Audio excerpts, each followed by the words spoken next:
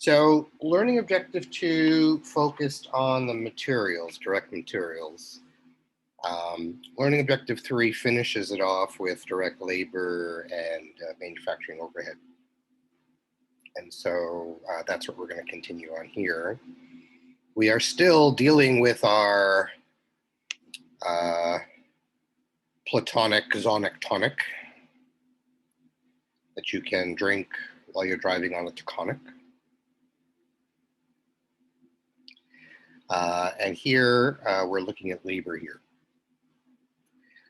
So for this zonic tonic order, they incurred 2,100 direct labor hours. Average hourly rate was $14.80. Okay, so that's what actually happened. That's what they incurred. The standard hours they allowed were 2,000 hours, 1,000 per gallon. Sorry, 1,000 gallons of 2 hours each gallon. The standard labor rate was $15.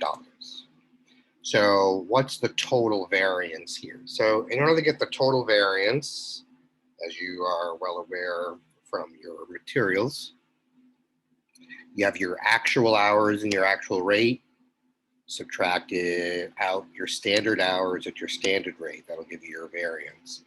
So what you've got here is you actually incurred 2,100 hours, but your rate was $14.80. So that came to $31,080. Your standard hours were 2,000. The rate was 15.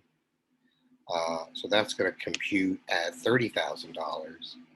And so you have an unfavorable variance of $1,080, right? Because it's slightly over what your standard is. So what caused it? What caused it? Well, let's look at price and quantity. Price and quantity. We're going to take a look. So when we're looking at the labor price variance, we're going to look at the actual hours at the actual rate, so that you already know. We're going to, subtract out the actual hours at the standard rate and see what the variance is. So the actual hours of 2,100 at the standard rate of $15 an hour is actually higher than our actual, right? So we actually had a favorable labor price variance, okay, which is good. However, when you looked at the quantity, this is what's going to cause the imbalance here. So here our quantity is the actual hours times the standard rate.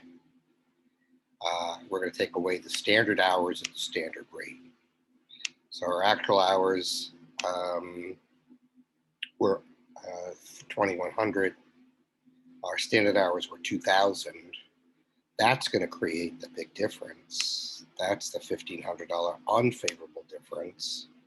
So even though we were favorable on our price, we were unfavorable on our quantity, and that caused the variance, the total labor variance, to be unfavorable by $1,080. Okay. So that's important to know. This chart just explains what we just did. And it's a very good illustration to use when you're figuring out your homework. Okay. So again, we take our first step is looking at the actual hours at the actual rate. We also need to know our actual hours at the standard rate. And then what was our standard hours, standard rate, right? When we look at a price variance, we're comparing the actual hours at the actual rate with the actual hours at the standard rate. That gives us our price variance there. As you see, for labor, this was good. You know, labor cost us less, okay, by 420. It's a favorable outcome there. However, when you look at the quantity, there's where the difference is, right? The quantity variance, we're going to look at the actual hours at the standard rate compared with the standard hours at the standard rate. There's your big difference, 1,500 unfavorable. So when you compare the two, the total variance is the unfavorable of 1,080. Okay. So that's our big difference there. What causes labor variances? Mostly two factors. One, we pay them different wages than we expected to. And that's exactly what happened. We saw we had a standard rate of 15, but our average was only 1480. So paying different workers different wages ended up, being a big reason for where we saved some money there. We can also have a price difference when we misallocate workers. Usually that would probably be that would be an unfavorable if we did that. I don't think we did. When workers are not unionized, it's really up to the manager to decide how things are usually done. When it's unionized, those things tend to be all worked out on paper. Everybody kind of knows what they need to get done. When the workers are not unionized, it's really sort of management has to go ahead and do all that type of stuff, including understanding who gets paid what. So the production department is generally responsible for any of these variances. In terms of quantity, oftentimes it's just, the workers are just not as efficient.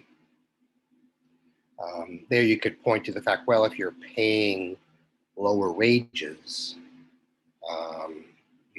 which they did, right? They paid $14.80 versus $15. Did that really mean the workers were inefficient? Possibly. I don't know. But oftentimes it can relate to efficiency or inefficiency of workers. And again, this is also going to be related to the production department. They're the ones that are going to have to investigate the causes of all that. Okay. So in terms of manufacturing overhead, of course, we still have our variable and fixed costs. Aren't we lucky? Yay. Total overhead variance makes sense. The difference between the actual overhead and the overhead that we applied, which is what we estimated what would be done. So we have two components, right? A variable and fixed component for a total. And in this case, we had a predetermined overhead rate for Sonic Tonic was $5 per gallon, I'm assuming in this case, right? So here's our formula. It's in your book. All these are in your book. These are really good little diagrams in your book to help. The formula for the total variance is for Sonic Tonic here is listed here. The actual overhead was $10,900 based on the standard hours that were allowed. The applied overhead, which is what the standard hours were, were $10,000. So they were $900 over, which means that their overhead was unfavorable by $900. Okay. So again, the applied overhead was that standard.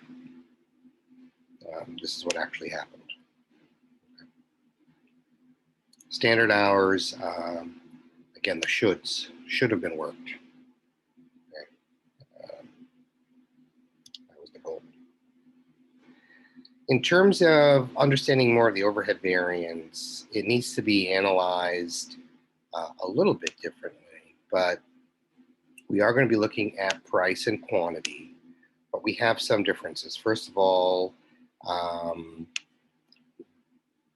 A lot of overhead can be controlled, and so overhead controllable variance has to do with price, and it shows whether these costs were controlled or not. Overhead volume has to do with quantity, and this really relates to whether the fixed costs were over-applied or under-applied. So let's take a look at how that works. Causes of some of these variances. Sometimes you spend too much or too little, right? Over or underspend on various things, indirect labor, electricity, other things. Sometimes the machines are not very efficient for maintenance. Some may break down, may not be as productive. What about how the flow of the materials go through the process? A lot of it depends on planning and skilled labor. Were those tasks performed well? Was there a lack of sales? That created some differences here. So learning objective 3 ends with an example with the standard core cost of product YY. Why should we do this? I don't know. Standard cost of product YY includes 3 hours of direct labor at $12. That's the standard. That's the standard. Predetermined overhead rate, $20 per labor hour. So what happened in July? They incurred 3,500 hours of labor at $12.40, and they had $71,300 of overhead. They produced 1,200 units. So the first thing they want us to do is to compute the total variance for labor, then the price, and the quantity variances for labor. So that's the first thing. And then they want us to do the overhead variance. So first things first. So when you substitute the amounts, we're looking at labor, 3,500 hours incurred at $12.40 per hour. That's the actual. We subtract out the standard. The standard was 3 hours of direct labor per unit. 1,200 units at 3 hours is 3,600. That's where this number came from. And the $12 per hour was our standard rate. That's where that number came from. So when we take the difference, we're going to have a $200 unfavorable difference. Right? So our actual was unfavorable by $200 over our standard. In terms of the labor price, right? Well, we actually worked 3,500 hours at $12.40 per hour. The standard was 12. So clearly we have a little bit of a difference here. We spent basically 40 cents per hour extra over 3,500 hours. That's going to create a $1,400 unfavorable difference for price. So it cost us a lot. In terms of quantity, right, the quantity variance in this case, we produced 3,500 hours of work at $12 an hour versus the standard was $3, 3 hours, which means the standard was 3,600 hours, not 35. 36 was the standard at $12 an hour. So in essence, in this case, our quantity was quite good. Our labor was very efficient. They only incurred 3,500 hours versus what the standard was 3,600. So this is where this favorable comes in. So when you compare labor price quantity variance and labor price variance and labor quantity variance, that's where the total comes in, 200 unfavorable. For overhead, we actually incurred $71,300 of overhead. Okay, our predetermined overhead rate was $20 an hour, and the standard hours were 3,600, and so this is where the 72,000 comes in. So this was our standard. This is what we were budgeted to spend. This is what we should have spent. This is the expected. This is what we actually spent. And so that difference is also going to be favorable because we did not spend as much as we thought, $700 favorable. So yay, yay, yay, and good for us. So that is your direct labor and manufacturing overhead variances. So now you have all of them. When all these variances are looked at, we actually use them in reports to explain various things. Mostly what we're explaining are the exceptions. So one of the reasons we're going to show you an income statement with variances is so management can understand what was off. And so it's very, very important to look at that. So here is, first of all, we're going to be looking at simply a variance report from a department, purchasing department. These are the materials that were used, the quantity purchased for these materials. So this is pounds, units, and dozen. This was the actual price versus the standard price. So what we're reporting here is a price variance for all of these. So in this case, the price variance for X100 cost a bit more, so it's unfavorable.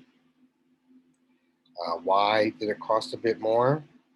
Well, it was a rush order, so I guess we had to pay a little extra for the rush. For material X142, we had 1,200 units. We had a standard of 280, but we only paid 275, so we saved $60. Favorable. How did we save that? We took the discount. And the last item here, we had 600 dozen. We thought it was going to be 510 per dozen was the standard. We paid 520. Why did we pay more? It was $60 unfavorable. Well, it looks like the regular supplier was on strike or on vacation. Who knows? So in terms of the total price variance for all of these purchases, it looks like it was $420 unfavorable. Okay. All of these materials are needed for your Zonic tonic. Okay. So when you read the ingredients label, you'll have so much of X100, added sugars, X142, caramel flavor, A85, and God knows what else they put in that stuff. Why is understanding the variances important? It makes a big difference. It helps explain how their profit and loss or their income statement was affected by using these variances. So here we're showing an income statement prepared for management. This is not a financial statement for anyone other than management. And they've prepared it under the standard costs, right? This is what they were assuming the standard was, and that's what they were using to project revenue, expenses, profits, etc. However, once you know what the numbers are and you have the variances, you can disclose those variances, and then it becomes very clear what happened. So this company had budgeted sales of 70,000. It had cost of goods sold using their standard costs of 52,000. They had a gross profit of 18,000. Okay, that was the standard. These are all numbers they had used for budgeting and standard number. Now they look at all the variances that they incurred: material price variance, material quantity variance, both unfavorable. Labor price variance was favorable, but the quantity was unfavorable. And their overhead variance was unfavorable. So when you look at all the unfavorables and you take away the favorable, it basically these variances ate up another $3,000 of costs. This is, was not expected. So their actual gross profit is different from their standard gross profit, but at least now you can explain it. Why is it different? Because of all these variances. And that's all comes from the variance reports you were just looking at and performing. Then they subtract out their selling and administrative expenses to get their profit. Okay, so they were hoping the profit would be $3,000 higher than it was, but those variance reports explains why. So again, all this information is true except one thing. One thing is not, and that it should be only sent to top management. Now, these variances need to be shared with department managers, maybe even if it's necessary to inform and educate employees about how these things are affecting the company and how to get them done better. This is not something that's only top level. These variances are extremely important. Again, this is about a variance report. Extremely important. All right, the last topic in this chapter is something called a balanced scorecard. And what it means is basically when we look at corporations and businesses, everyone sort of focuses on the financial measures. Is the company doing well? Well, tell me the financials. Okay. Yes, the financials do paint a picture that's very important for owners to understand.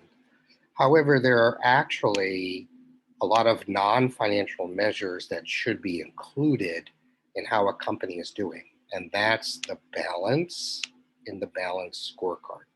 Because the scorecards often just look at the financial. The balancing part is adding the non-financial to it. Okay. Why? Because that really does measure performance differently and more broadly, maybe even you can say more holistically than just looking at financial measures. And it really does, because a lot of strategic goals are financial, but some are not. Right. So you need a way to measure these types of things. The balanced scorecard allows measurement of these things to happen. Right. There's a series of perspectives that are used in the balanced scorecard. Here they list the 4 most commonly used perspectives.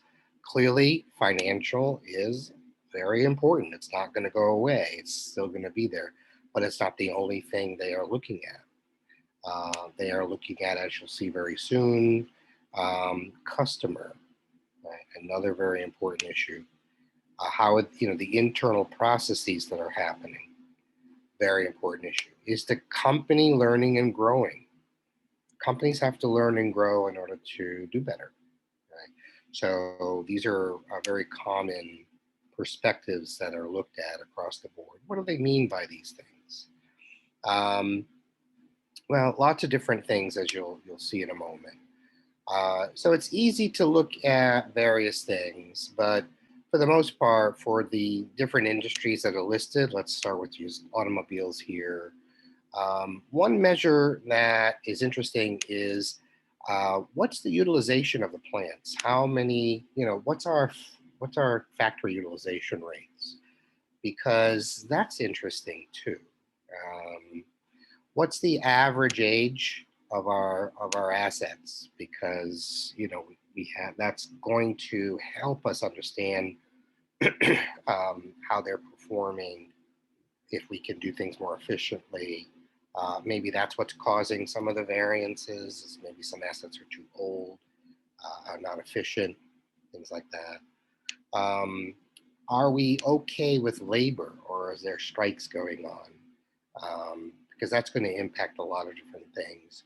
You might not be aware, when I was your age, I hate to say this, when I was your age, you know, American automobile manufacturers, and there were four at the time. One of them actually just gone under. American Motors had just gone under. We weren't doing very well with our counterparts making automobiles in Japan and Germany, particularly. And one of the most interesting things is the attitude of plants within the workers were very low morale. But yet right across the street in many cases, right in the next town in many cases, were other American workers making Japanese cars or German cars in America, whether it's in Michigan or Indiana or other places, Ohio. But those cars were actually, the attitude was better, everything was much better, and their cars were better. They were much more reliable, they were put together, there was less recalls, less, there was more reliability. So the impacts of that is very, very important, and how people are being treated, how employees are being treated is a very, very important thing to measure as well. And then, are your customers loyal to your brand? Or are they just leaving in droves? That's also a measure. It's not necessarily, it's going to end up on the financial side eventually, but it's simply a non-financial measure to look at. Because if they're loyal, they're more likely to probably buy another one of your cars. But if they're unhappy and they're not loyal, they're going to switch. Very important to understand all of that. Same thing for all these other industries. They are looking at things like, new products, employee stock ownership, customer satisfaction, number of new inventions, services by ATM by state, personnel costs, credit card retention. It depends on the industry. They all have various measures that they want to look at. Okay. So we all are very familiar by now with the financial perspective: net income, return on assets, credit rating, share price, etc. All things that are measured that are part of the balanced scorecard. There are other measures, like we had mentioned. Customers are an important part of a business plan. And so how many customers recommend their products to others? Are they repeat customers? Do you respond to them on time? Are they loyal, and can they recognize your brand? Right?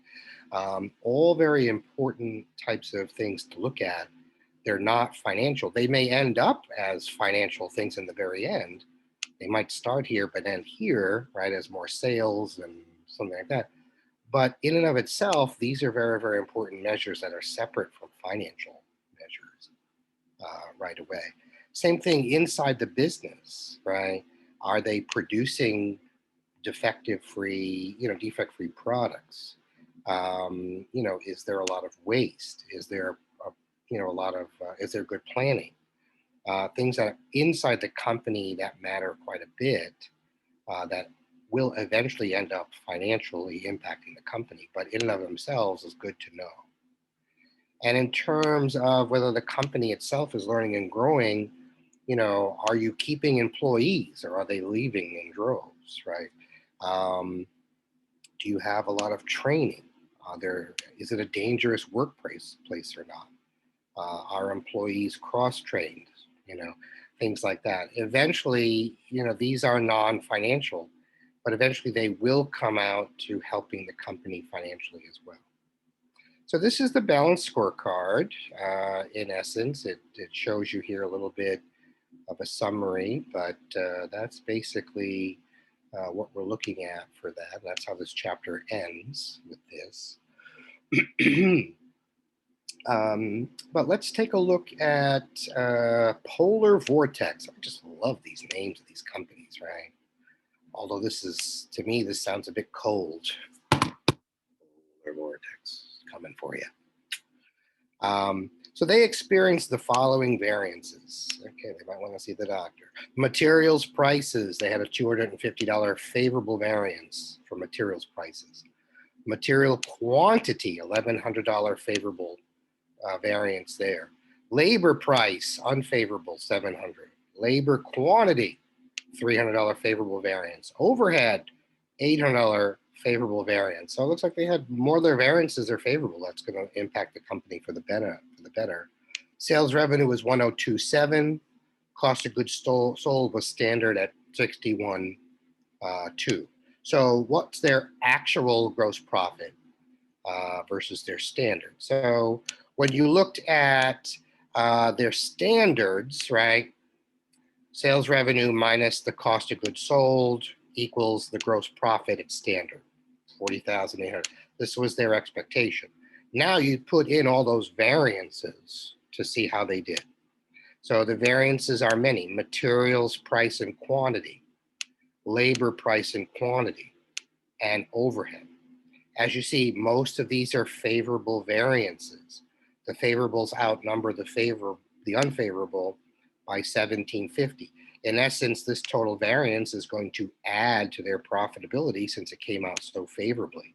So their actual gross profit was higher than they anticipated, which is good news for them, right? The Polar Vortex Company. We don't need any of that stuff going on right now. It's nice and sunny and warm, and we don't need any polar vortexes no more. We'll wait till next year. How'd that go?